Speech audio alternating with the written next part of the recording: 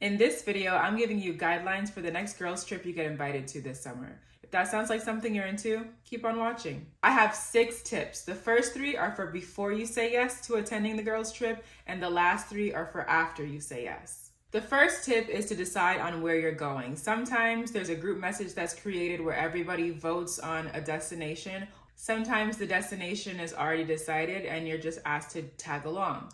Either way, once you find out where you're going, look up the area, find the airports, the restaurants, what does it look like, what do most people do when they're out there, because you don't want to go somewhere just because your friends invite you. Even if it is on the lower end, you don't want to be putting money and time towards something just to hang out with your friends. You guys can hang out doing things that you both like. So let's say your friends are going mountain hiking and you're not into that, just say no. The second tip is to be clear on when the payments are due. If you're lucky, the organizer of the girls trip will let everybody know when the payments are due, whether it's cut up into 2, 3, maybe even 4 installments, depending on the price or the destination of the girls trip. And then you can look at your own budget and plan accordingly. And if your money is looking funny, just say no to the girls trip. If you carried the one and you did the math and you realize, okay, if I need them to pay the money by Friday, I'm gonna be struggling. I'm not gonna make my car note. I'm not gonna pay rent because I gave this money for this trip. Don't do it. It's not worth it. And the organizer of the trip is not going to enjoy texting and calling you repeatedly when the due date has passed and you still haven't paid your part. Number 3, find out who's going. In my case, my friend Maite, hey Maite, here's a clip of us modeling together. That's how we met when I used to model. If you want to know why I quit modeling, I have a video on that. I'll put it in the cards. But her and her friends were going on a girls trip and she invited me to come with. So I asked her, who all is going to be there? Who's going? Which one of your friends? Because I know some of her friends and I don't know some of her other friends. So you want to be clear to make sure that you're going to be comfortable. Doesn't mean that you have to be best friends with everybody, but at least you know. We actually all came together 2 weeks ago to get clear on all the details of the trip, the itinerary, who's getting there first. So if you can do that, if everybody's in the same place, maybe you guys can all meet up sometime before the trip, or even virtually if you can do a Zoom call where everybody's on, so everybody's on the same page and gets at least a little bit more familiar with one another before you travel. Because you have to be very careful with who you travel with. You don't have to know their social security and do a background check, but you want to have at least a little bit of an idea of the character and what they're into. What do they like to do on trips? Are they the party people and you're not a party person? You don't want to put yourself in a situation where you're uncomfortable or you're not having fun and you're sitting there wishing that you didn't go.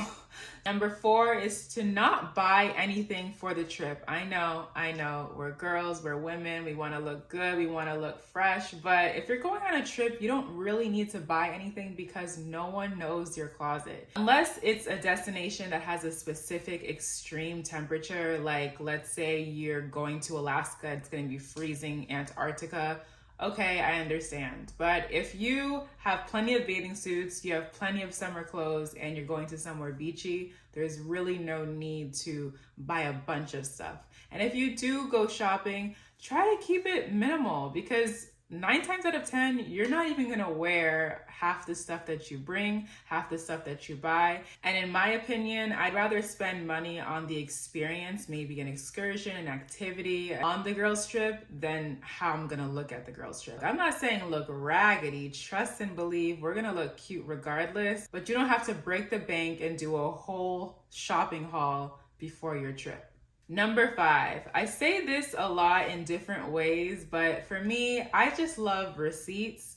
I love things that we can refer back to for reference. So to bring it all together in one phrase, set it up so you can back it up. Create an itinerary for the trip. It doesn't have to be every hour you're doing something different, but just an idea of what you guys will be getting into so you don't get there and have to figure out what you're doing when you're already there because that's wasting a lot of time.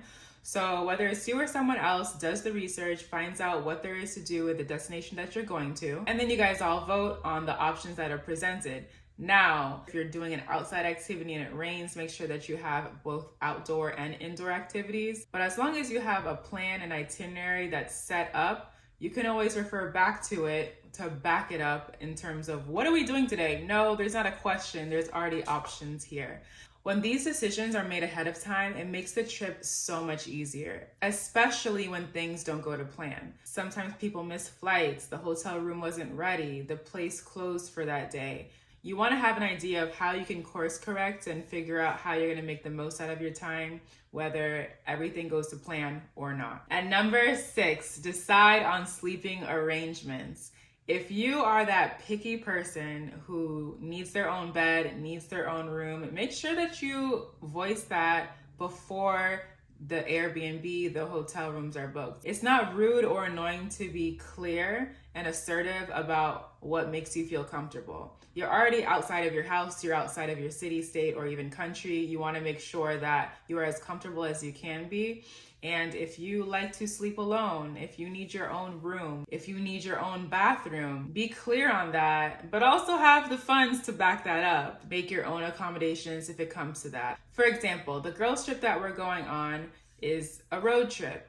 It is a long drive that I'm not willing to do because I do not like driving in the car. Whether I'm driving or riding, I just don't like road trips. It's not my thing. It's not my calling. Because of that, I told them no problem. I'd love to come. Thank you for inviting me, but I'm going to meet you guys there. I'm going to fly. I looked up my own flights. I looked up the airport that was in the area and figured it out on my own. I did not make it their responsibility or their problem. When I arrive there, I will catch a lift to get to the Airbnb. I'm not making my decision to fly instead of driving with them their problem. Another issue I had, a transparency moment, is that I wanted to be on the bottom bunk. There's a bed in the Airbnb with a bunk bed, and I have this thing where sometimes I wake up standing up. I know, don't judge me because I feel like you're judging me. Sometimes my dreams are really intense where I talk or even walk. So I'll wake up and I'm already out of bed standing. And if I'm on the top bunk, I might break a leg.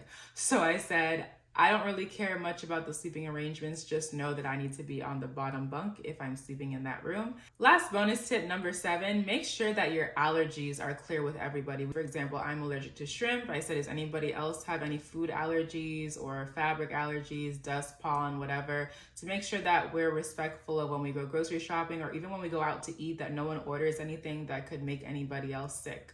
I was originally gonna pack as I told you guys these tips, but I realized I would not pack. I would just talk to you guys the whole time anyway. In my next video, I'll be giving you more tips on girls trips when I'm actually there. So stay tuned. Subscribe if you're not already. Follow me on social media. Here are my handles. Like and comment below if you've ever been on a girls trip, if you have one planned this year. And until the next video, I hope that you stay safe this summer and act accordingly. Bye.